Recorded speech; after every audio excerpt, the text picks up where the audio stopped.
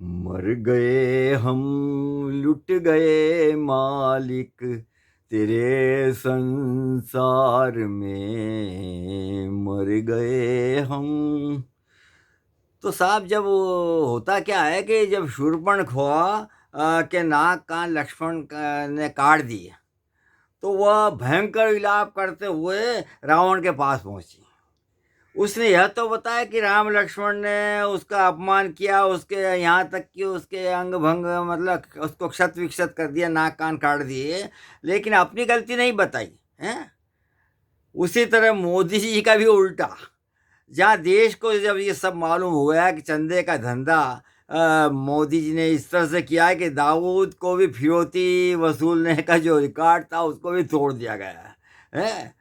तो बजाय माफ़ी मांगने के उन्होंने एसबीआई के द्वारा ये जानकारी प्रस्तुत करने से अधिकारियों को लगाया और किसी तरह से उसको रोकने की कोशिश करी है। और ये तो किया है, और साथ में अब क्या किया है कि मन चाहे पुलिस अधिकारियों को और पुलिस को अधिकारियों को और खासकर से विपक्ष के नेता या जो भी अधिकारी का जरा सा मालूम है कि ये विपक्ष का साथी हो सकता है, तो उसको बदल दिया गया ताकि सारे देश में पुनः अपनी सत्ता हासिल की जा सकती।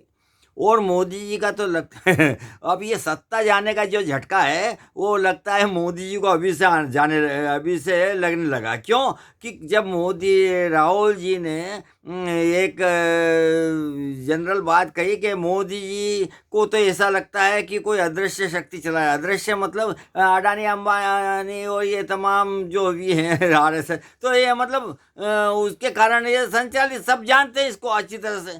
तो उसकी जगह के भाई ये आवे अदृश्य शक्ति से संचालित है मोदी जी, अपने हिसाब से नहीं है। सब लोगों के नेताओं ये आरएसएस और तमाम अडानी अडानी अंबानी और तमाम अदृश्य शक्तियाँ, मतलब ये सब इनके कारण काम मोदी जी कर रहे हैं उलट सुलट। तो वो शक्ति का जो बात की तो मोदी जी ने उसको अपने हिसाब से तुरंत बोल दिया, मैं तो शक्ति यानी स्त्री की पूजा करता हूँ। और ये बताइए राहुल जी है ये शक्ति औरतों का इस तरह से अपमान कर रहे हैं, क्या मतलब है। तो ये जो जो इस तरह से अनर्गल विलाप करना मोदी जी को शोभा नहीं देता।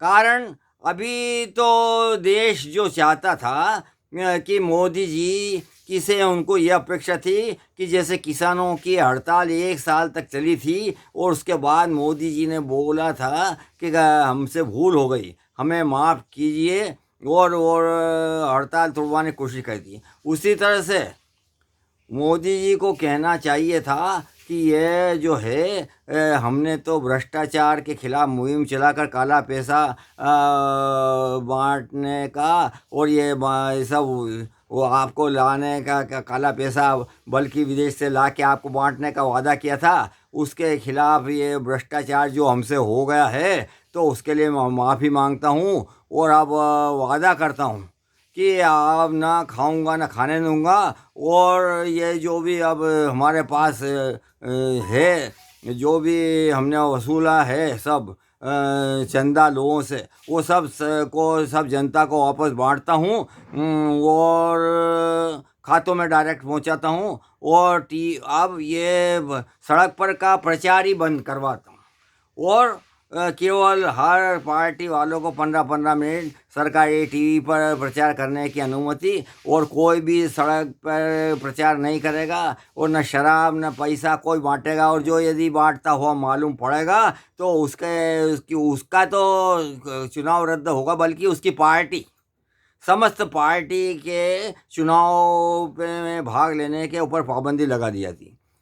ऐसा यदि होगा तभी प्रजातंत्र देश में बाकी रहेगा और वरना कुछ नहीं होगा। अब चूंकि आचार संहिता तो लग गई है, तो अब ये मोदी जी तो कुछ करा नहीं सकते, लेकिन ये जो सभी चुनाव आयुक्त तीनों हैं, तो वो इस तरह से सारी पाबंदी लगाकर वो सब पार्टियों को केवल टीवी पे प्रचार करने की अनुमति और सड़क का प्रचार बिल्कुल बंद। कोई पैसे, धन और तमाम 50, 5, 10 लाख लोगों की रैली वैली काम काम खत्म।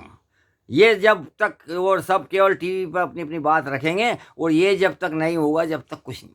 और इस तरह से फिर चुनाव कराना है, और पैसे का अंधाधुंध परेशान और तमाम चमक दमक सब बंद करना पड़ेगा, तभी देश में प्रजातंत्र टिकेगा।